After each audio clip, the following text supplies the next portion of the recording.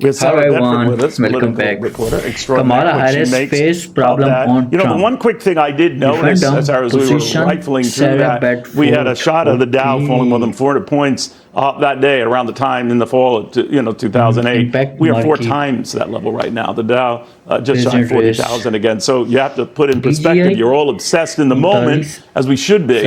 But if you just held on, you'd have 4 times your money. That's either here nor there. I do want to get the comparisons and the fears now that this could change the election, especially if it continues. What do you think?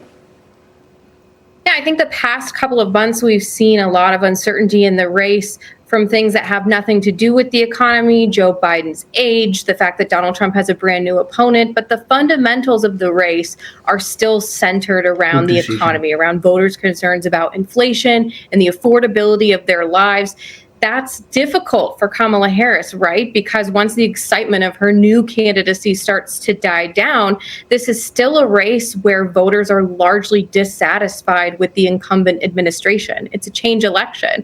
And because she's the vice president, she doesn't represent change in a meaningful way on the number one issue for voters, which is still the economy.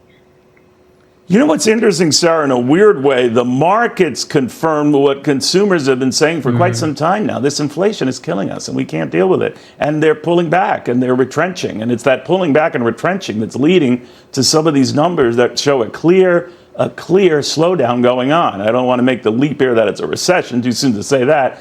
But this is the market's way of saying, you know, those average folks on Main Street, they were right. Yeah, I mean, the markets hate uncertainty, right? There's a lot of uncertainty about what's going to happen next. Donald Trump has promised an entirely different regulatory environment than Kamala Harris. I mean, you could not have two more starkly different candidates poised to win in 96 days. So I think you're seeing a little bit of that uncertainty manifest. And, you know, we don't hear Kamala Harris speaking directly to voters' fears about inflation. She still wants to make this race a referendum on Donald Trump.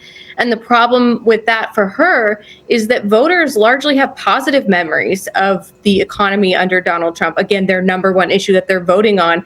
Things were overall just better, quality of life better under the Trump administration. So if the focus is on Trump's fitness for office, that's not necessarily a good thing for Democrats.